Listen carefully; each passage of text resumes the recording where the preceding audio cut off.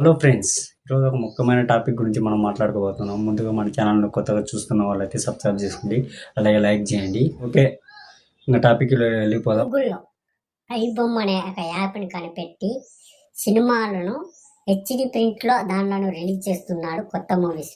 అతన్ని అరెస్ట్ చేశారు. రవిని పట్టించింది ఊళ్ళో కాదు, అతన్ని శత్రువు అనుకుంటున్నారా? కాదండి. అతని ఫ్రెండ్స్ అనుకుంటున్నారా? కాదండి. వాళ్ళ అతని ఎనిమి అనుకుంటున్నారా? కాదండి.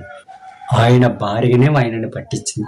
ఏంటంటే వీళ్ళిద్దరికి గొడవలై విడాకులు తీసుకుంటే కాడికి పోయినారు. ఫైనల్ జడ్జిమెంట్ రోజు అతని భార్య పోలీసు వాళ్ళకి ఇన్ఫర్మేషన్ ఇచ్చింది, పట్టేసుకున్నారు రవిని. డీటెయిల్స్లోకి వస్తే అతను ఒక సాఫ్ట్వేర్ ఎంప్లాయ్, అతను సీఈఓగా పనిచేస్తుంటాడు. అతను ఈ ఐడియా ఇతని కింద ఒక 10 మంది ఉన్నారంట.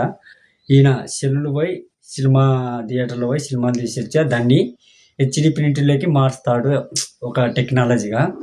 అసలు చాలా గ్రేట్ అయితే ఈ విషయంలో అయితే. కానీ ఇతన్ని ఇలాంటి దానిలోకి కాకుండా, చెడు దానిలోకి కాకుండా ఒక మంచి దానిలోకి వాడుకోవాలని శివాజీ గారు చెప్పారు. అలాగే ఇతని వల్ల చాలా సినిమాలకి ప్రాఫిట్ తగ్గిపోయింది, కొన్ని సినిమాలకి అమౌంట్ గురించి రాలేదు. గేమ్ చేంజర్కి అయితే పెద్ద లాస్ దిల్రాజు గారు సార్కి. అలాగే నాగార్జున గారు ఇలాంటి స్కాముల వల్ల చాలా నష్టపోతుంది ఇండస్ట్రీ అని.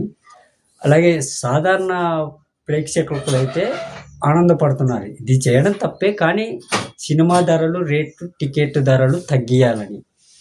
ఓకే, ఇప్పుడు ఒక సినిమా హీరో వచ్చేసి 100 కోట్లు బడ్జెట్ పెట్టి తీస్తారు.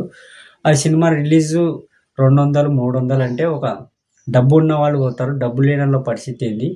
డబ్బు లేని వాళ్ళు ఇతన్ని సపోర్ట్ చేస్తున్నారు. కానీ ఇది చేయకూడదు. మీ సినిమా ఇండస్ట్రీ వాళ్ళు టికెట్ ధరలు తగ్గియాలని ప్రేక్షకులు అంటున్నారు. అలాగే నాగార్జున ఈ స్కైమ్ వల్ల చాలా ఇలాంటి వాళ్ళని కఠినంగా ఖండించాలి.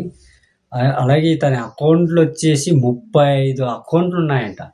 ఇతని అకౌంట్లలో ఒక్కొక్క అకౌంట్లో ఎంత లెక్క ఉందో అంతా విచారణ చేసి మొత్తం పోలీసు వాళ్ళు చర్చింగ్ చేస్తున్నారు. ఇతన్ని చాలా ఖండిస్తున్నారు, రవి అనే వ్యక్తిని. ఓకే ఫ్రెండ్స్, ఈ వీడియో మీకు నచ్చినట్టయితే లైక్ చేయండి, షేర్ చేయండి, నా ఛానల్ని సబ్స్క్రైబ్ చేసుకోండి. Okay, bye.